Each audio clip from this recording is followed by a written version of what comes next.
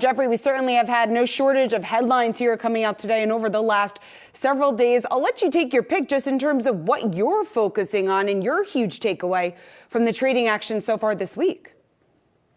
Well, I think one of the things that's supporting the markets here is that China's reopening. I mean, this reopening has led to better PMI numbers we got this morning in Europe. Europe is one of the biggest suppliers to China. They're seeing that return of demand really helping to boost activity there. Their PMI numbers coming in above 50 for the first time in 6 months. So their economy back in expansion territory. You're seeing that show up in some of the earnings forecasts as well. I would look to some of these businesses that have a lot of China exposure to perform relatively well as we go through the earnings season, as they guide up perhaps relative to what they were thinking even just a few months ago. I'd note that there are some big tech names reporting this week like Intel with 25% of its revenues tied to China. So there could be a big story there all tied to what's going on over there in Asia.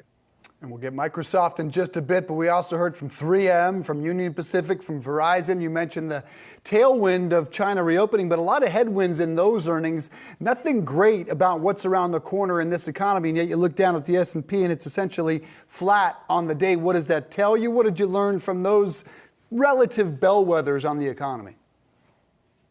Well, clearly we are, I think it's pretty clear we're in a recession. I know official recession hasn't been declared yet, but I think it's fairly obvious we're in a pretty mild one here, maybe in Europe as well, other parts of the world. And so we're seeing pretty lackluster revenue growth, and that's leading us into an earnings recession. But it's a fairly mild one. If you take a look at what businesses are talking about, we're looking at mild year-over-year declines, maybe this quarter, maybe next quarter, maybe in the second quarter as well. Nothing like the 20 to 30% earnings plunges we've seen during prior recessions. So this is a fairly mild one. And I think the market's looking for signs it's nearing an end. We're not there yet, but I think that's one of the things lending some support to equities despite somewhat disappointing results. Jeffrey, what are some of the signs that you're in particular looking for in terms of determining whether or not we are near end of that recession?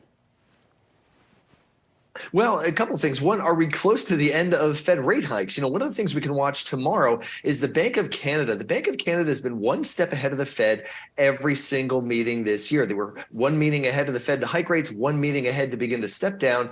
And now they're signaling tomorrow maybe their last rate hike. And if that's true, confirmed with the press conference, what we hear from them, that could be a sign that maybe the market's willing to extend the same kind of invitation to the Fed to say, hey, it's time to take a pause. And if that were true, certainly we ought to see stocks react positively. But if the Bank of Canada finds other reasons to be concerned about inflation, perhaps because of the revival in China's growth picture and the potential inflationary consequences of commodity demand returning, goods demand returning, I'd note we heard from a few businesses that their inventories have come down fairly rapidly, in part because of Chinese consumer demand. That maybe give them back some pricing power in categories that had been falling, like furniture and apparel. So we'll have to see what that means going forward. But certainly central banks are going to play a key role this week and next. Yeah, that sounds disinflationary. I mean, that sounds like the Fed, they don't want to see that. But your notes point out that international stocks have been outperforming. Why, and do you expect that to continue?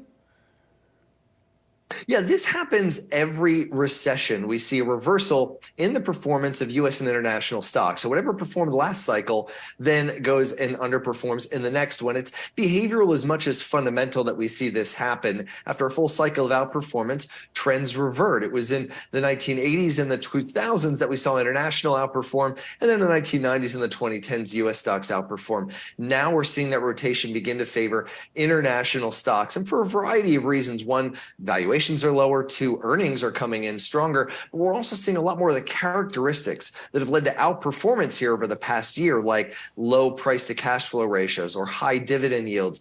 Really, the market's favoring those characteristics, and they're found more prevalently outside the U.S. So last year we saw international stocks outperform for the first time in a decade. This year we're also seeing that leadership. I think this is a longer term trend, and so something that many investors are probably not aware of, or even the risk in their portfolio of not owning some international diversification, simply focusing on U.S. equities. So I'd keep that in mind as you build your portfolio here. Look just beyond the U.S. now.